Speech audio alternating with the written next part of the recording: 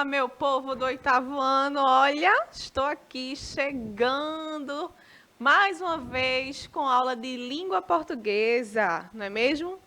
Que bom tê-la aqui comigo. Como vocês sabem, eu sou a professora Carla, estou com vocês há um tempo, discutindo sempre, falando, trazendo aí informações para a gente construir juntos o conhecimento, não é? Mas, como vocês sabem, eu nunca estou sozinha, porque não seria possível que essa aula chegasse até você se eu estivesse só. Estou aqui com Vanessa, a nossa intérprete de Libras, tornando a aula acessível para que chegue a todas essas informações que são bem importantes para a nossa vida. Estou aqui com ele, com quem? Com quem? Com Cleiton. Tudo certo, nada errado, ó, top! E com o Jonas, nosso produtor. E hoje eu estou com uma convidada. Mas uma convidada tão especial, muito especial. Minha amiga querida, professora Jeanne, seja bem-vinda.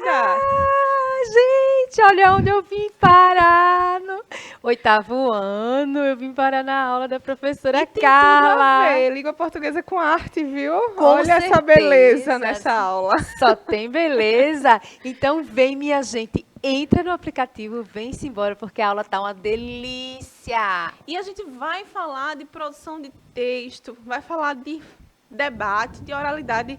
Falar é uma arte, não é? Sim. Escrever é uma arte. E a gente precisa conversar sobre isso, porque muita gente ainda tem esse preconceito. Ah, professora, eu não sei falar, não sei escrever. Não, você sabe muito bem, fala muito bem. E a gente está aqui para te colocar, para te mostrar estratégias para você perceber que no caminho há várias coisas para facilitar a nossa vida, não é, Gini? Pois é, porque a gente precisa se comunicar, né? A gente Exatamente. precisa colocar as nossas ideias. E tudo isso a gente pode colocar verbalmente, por escrito, no gestual, numa pintura, Nas né? linguagens existentes. Em todas as Porque a linguagens gente precisa existentes. lembrar que texto é comunicação, não é? Sim. Não é somente aglomerado de palavras, o corpo fala. A gente está falando o tempo todo. As mãos, quando a gente está aqui falando e utilizando as mãos, a gente também está falando com elas. A expressão facial também é uma forma de linguagem.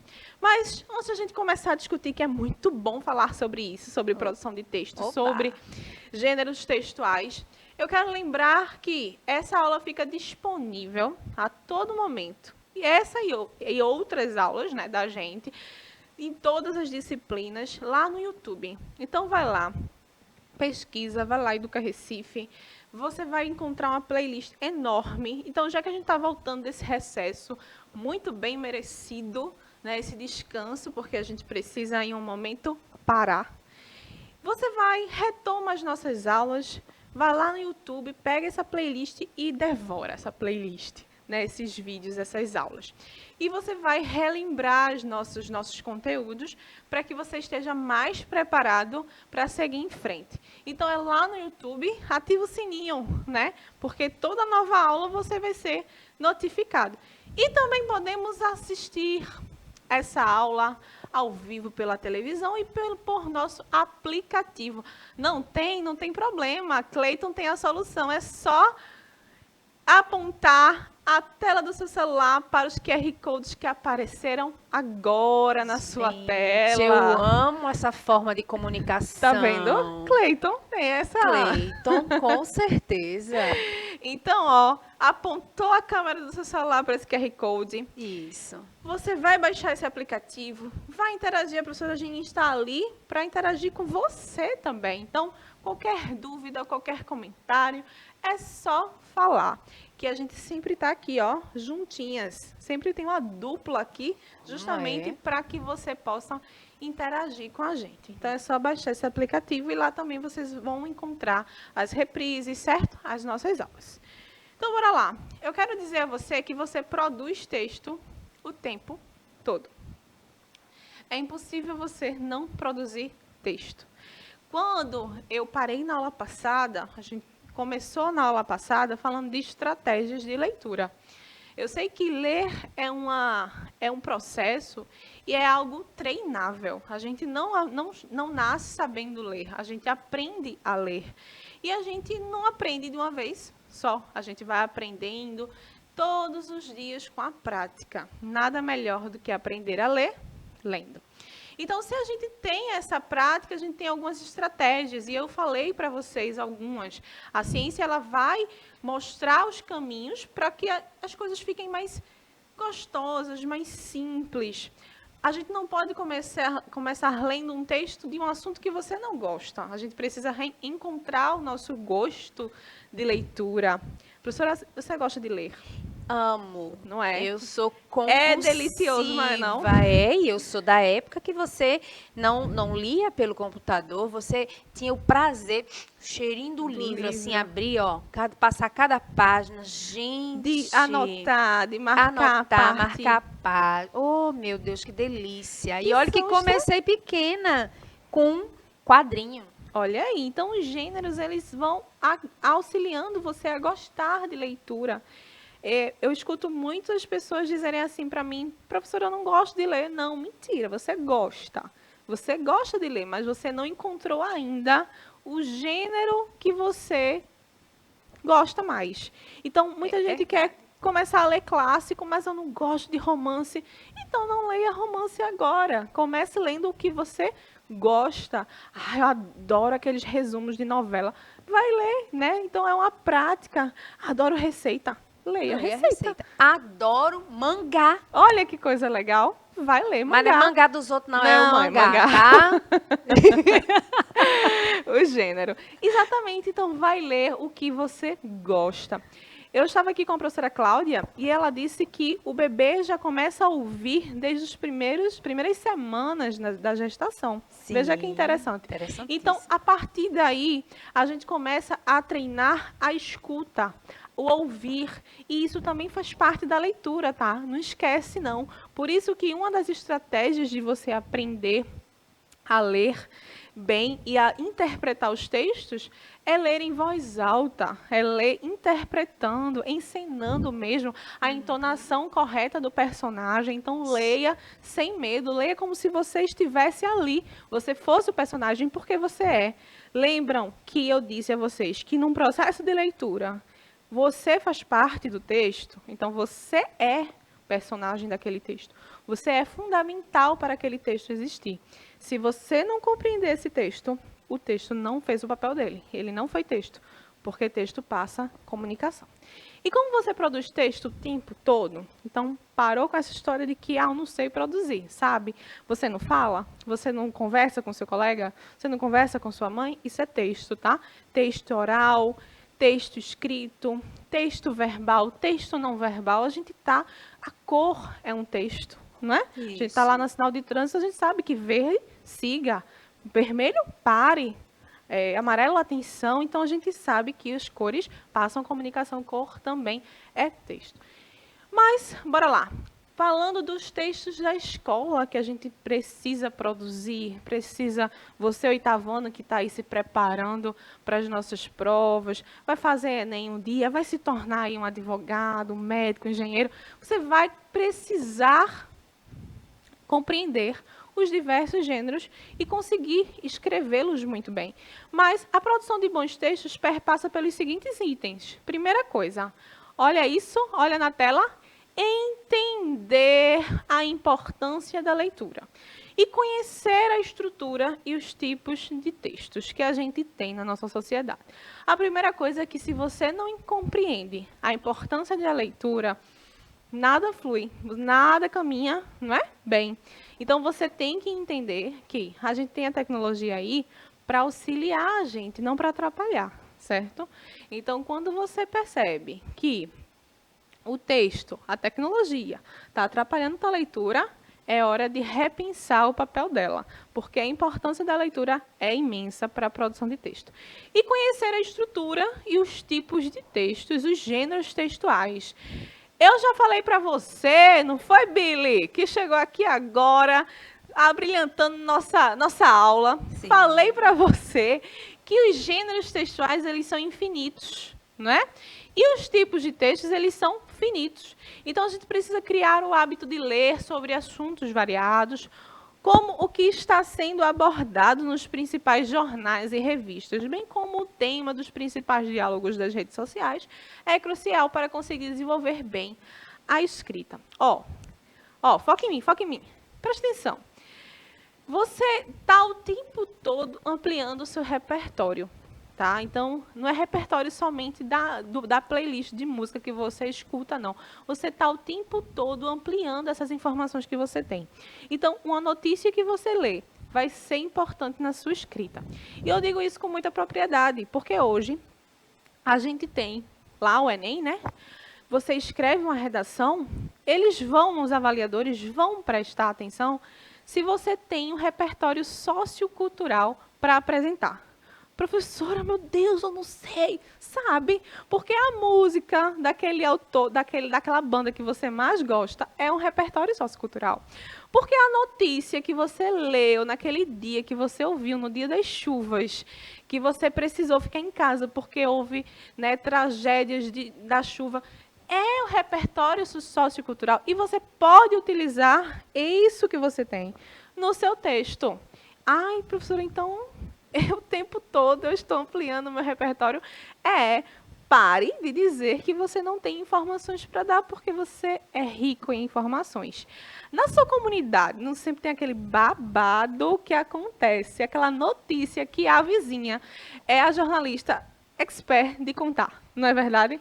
Onde, como, quem, não é isso, Virginia? Dentro da escola, então, meu amor, na hora do recreio... A gente é aquele jornal do corredor. Gente, só precisava mesmo de um microfone na mão da pessoa. Exatamente. Então, isso vai ampliando o seu repertório sociocultural. E é comunicação, né? E é comunicação. Então, vai chegar um momento que você vai dizer, preciso avançar o nível, preciso ler outros textos para ampliar meu repertório.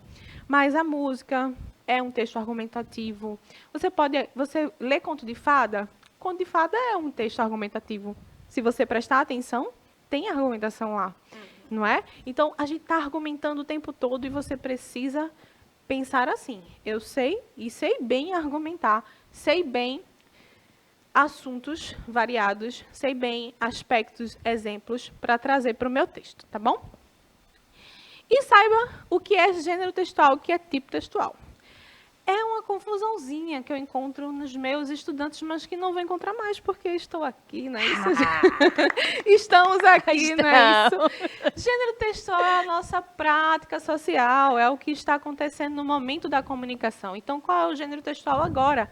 Aula. Qual é o gênero aqui? Eu e a professora? Diálogo, conversa.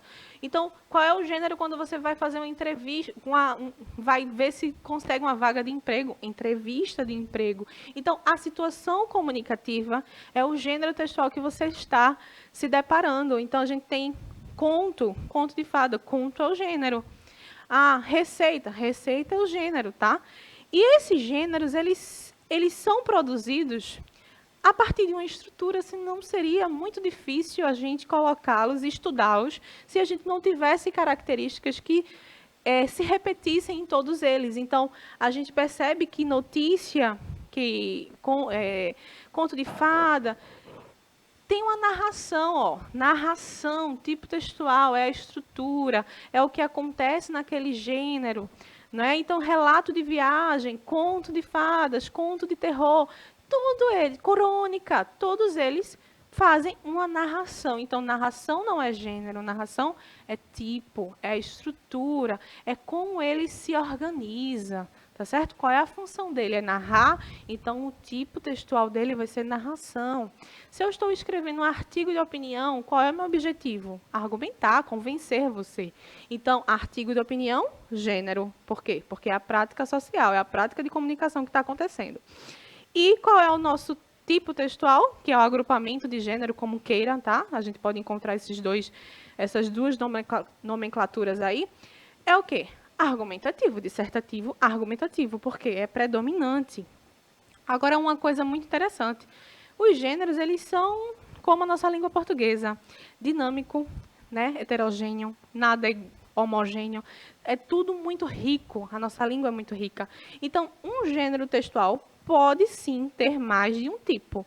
Uma receita culinária, por exemplo, a gente tem a primeira parte, ingredientes. A gente está aí um tipo descritivo. A função é descrever. 2 ovos, né? Uma caixa de leite, é descrever.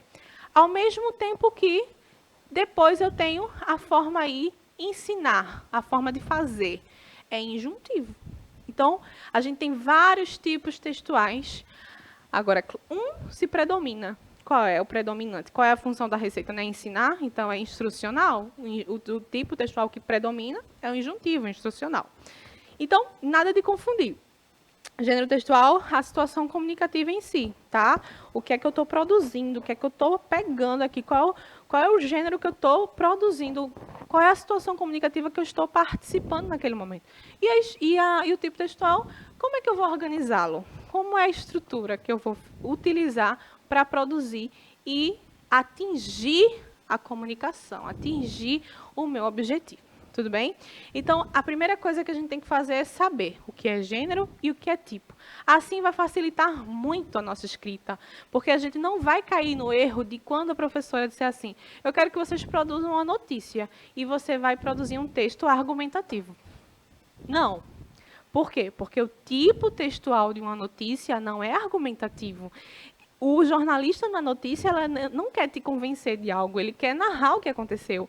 Então, o tipo é narrativo. Então, quando você encontra essa diferença, você não erra no sentido de eu vou errar a função. Não, você não vai errar a função, porque você sabe que cada gênero textual ele vai ser organizado com uma estrutura relativamente estável, tá? As coisas mudam, os gêneros somem, os gêneros surgem de acordo com a necessidade comunicativa, certo? Então, bora lá. Os gêneros textuais surgem a partir da função específica, como eu falei, da forma de comunicação, e já os tipos textuais são as classificações dadas à estrutura linguística padrão, segundo o qual o texto é produzido. Claro? Objetivo? Simples, professora? Simples, adorei. Então, bora lá. Sabendo o gênero textual, sabendo aí. Eu vou... Texto dramático. Nossa, Adoro. Texto dramático que tem todas as suas características, não é, professora? Então, é um drama, mas eu tenho uma estrutura lá, eu tenho um diálogo, eu tenho uma narração, eu tenho uma argumentação. Então, eu tenho os tipos textuais presentes naquele gênero. Qual é o gênero? O drama, né? A peça teatral é um gênero, então... Esses gêneros literários, a gente também tem vários tipos textuais neles, né? Então, sempre pensar assim. Então, sempre se pergunte, que gênero eu vou escrever e esse gênero pede que tipo textual? A escrita ela não é descontextualizada. Ninguém escreve para o nada e para ninguém. A gente escreve para alguém ler, né? E para algum objetivo. Eu poderia pedir para você escrever uma carta. Você estudante do 8º ano, uma carta. E aí você iria perguntar o quê para mim? Que carta, professora? Para quê? Para quem? Né? E é necessário, sim, você saber quem vai ser o seu leitor, não é não, Cleiton? É necessário quem vai, então, aqui, quem é o seu leitor? Quem vai ser a pessoa que você precisa alcançar com aquele gênero, tá bom? Então, sempre se pergunte isso, porque a partir disso você vai encontrar o tipo de linguagem que você vai utilizar, o nível de linguagem que você vai utilizar. Quais são os níveis? A gente tem informal, a gente tem formal, né? Informal que a gente pode chamar aí de coloquial. São os níveis da nossa linguagem. Você vai escrever um artigo de opinião para o 8º ano, do mesmo jeito que você vai escrever se você fosse escrever para um público do 4º ano? Não, o nível de linguagem muda completamente. Verdade. Então, você saber quem é o seu auditório, quem é que vai utilizar, quem vai ler, é muito importante na hora da escrita, tá bom? E na hora da fala também, que a gente vai ver daqui a pouquinho. Então, quais são os tipos textuais que a gente tem? A gente tem tipos textuais finitos, então a gente pode contá-los, diferentes dos gêneros, não é? Que são infinitos aí. Então, a gente tem argumentativo, expositivo, narrativo, injuntivo ou instrucional e descritivo.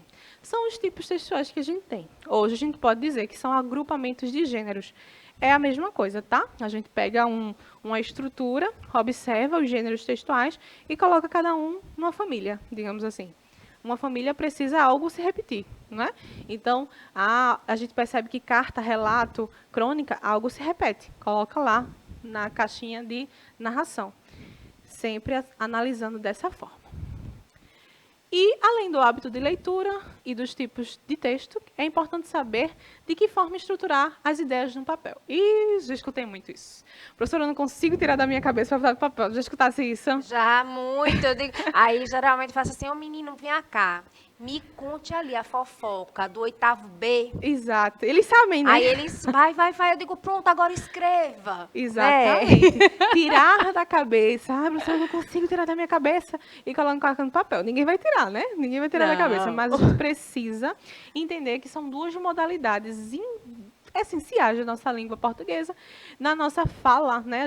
Nós somos falantes de duas modalidades. Da modalidade escrita e da modalidade oral. E as duas têm características bem diferentes. Quando a gente está falando, a gente está o tempo todo organizando o nosso pensamento linguisticamente. Então, não tem como fazer rascunho. Não tem como você apagar. Você está o tempo todo organizando o discurso, falando. Organizando o discurso, falando. Diferente da modalidade escrita. A gente pode fazer rascunho, a gente pode apagar, a gente pode, né, refazer o nosso pensamento. Então, imagine aí que a gente tem uma estrutura padrão aí para os textos que vocês produzem. Artigo de opinião, dissertativo argumentativo.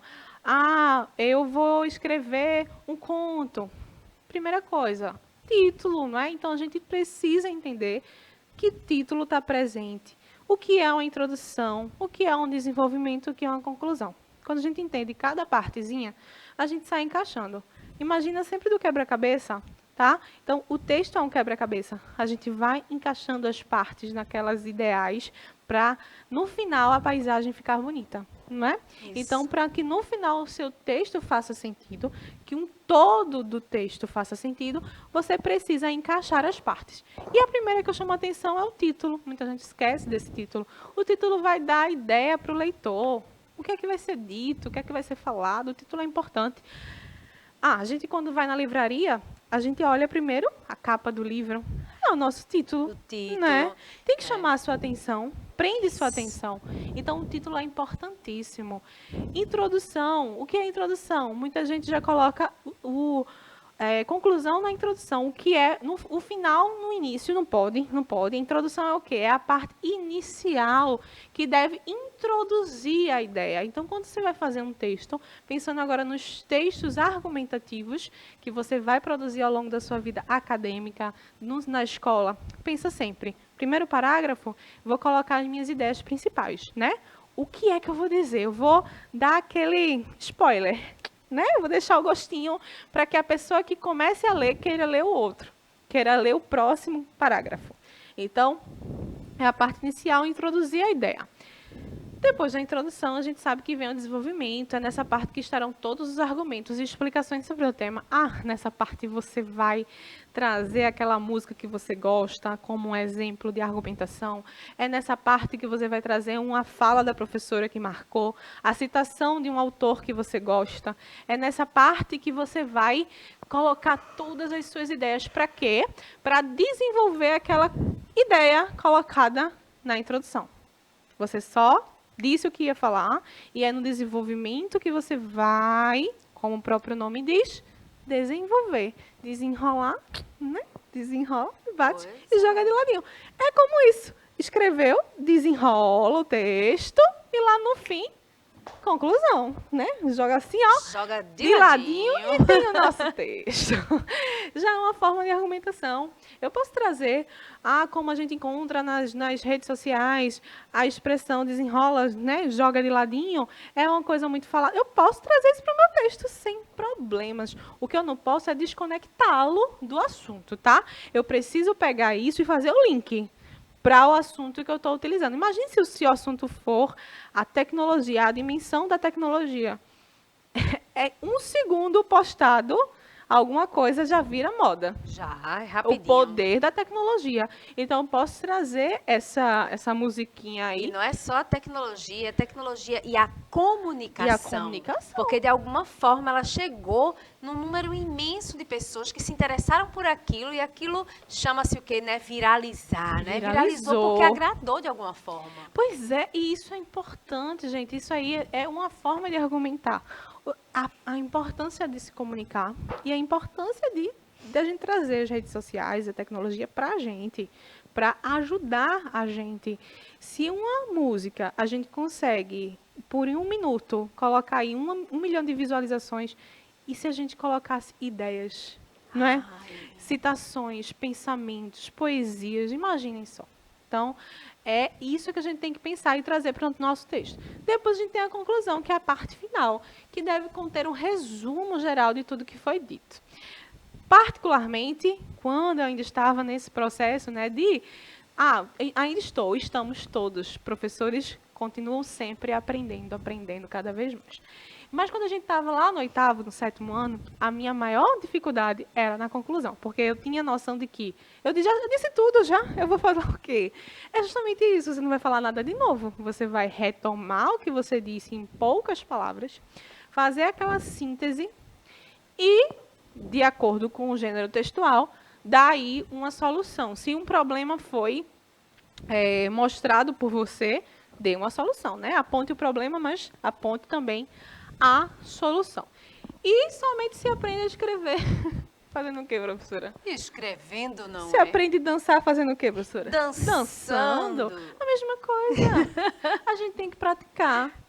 Eu digo isso muito aos meus estudantes. O sucesso é treinável, tá? Então, a gente treina o sucesso, a gente consegue treinar as nossas habilidades. Ah, professora, estou em dificuldade. Ah, estou em dificuldade. Para, não.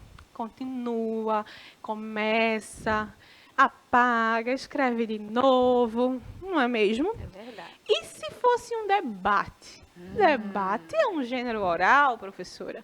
Eu também preciso produzir debate? Sim. A gente vai falar na próxima aula, retomar, na verdade, as características do gênero debate, porque a gente tem aí mediador, plateia, a gente tem várias coisas. E a gente vai retomar, vai deixar para a próxima aula. Mas eu quero dizer para vocês uma coisa, pensando em produção de texto. Os linguistas, né, a gente dizem e afirmam, e tem razão, de que somos os falantes. Então, ninguém melhor do que a gente sabe falar a nossa língua. Ponto. Então, se a gente sabe falar tão bem, a gente precisa treinar os gêneros formais e informais. E é um erro achar que a gente não precisa trabalhar a oralidade em sala de aula. Porque, eu sei falar, eu sei conversar com meu amigo. Tá, mas você sabe fazer um debate, uma mesa redonda, né? Um debate regrado, você sabe? Então, isso é treinável também e tem suas características. Mas é a próxima aula, já deixei aqui um spoiler, já estou na introdução. Então, professora Gine, olha, eu quero agradecer imensamente a sua participação. Deliciosa. Foi bom, né, gente? Eu tenho certeza que vocês gostaram. Eu amei estar aqui nessa aula. Relembrei bastante, né? E, assim, depois a gente vai debater sobre isso. Vamos, professora. Olha! Minha Vamos, gente, sim. não faltem a próxima aula. Vamos falar sobre debate, porque isso gera o quê? Conhecimento. E o que é que eu digo para vocês? Conhecimento é poder. É verdade. Forte isso, né? E você pode. Eu posso, nós podemos, todo mundo pode, tá? Parou com isso. Eu não posso. Pode sim. Pode ir longe, vai chegar longe. Então, a gente fica por aqui. Quero agradecer, já agradeci, vou agradecer novamente. Professora Gine, eu vou convidá-la mais vezes, porque foi muito bom o nosso papo. Jonas, obrigada. Cleiton, obrigada. Vanessa. E até a próxima aula. Espero você, tá certo? Tchau, tchau.